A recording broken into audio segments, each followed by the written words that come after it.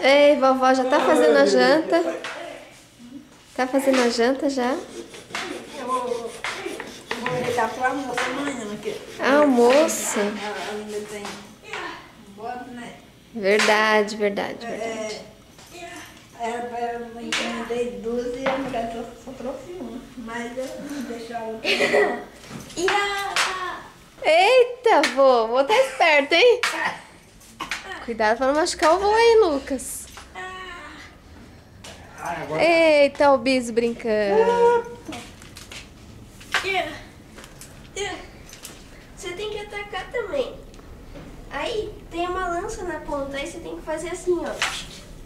Com a lança na barriga do inimigo. Oi, no meio.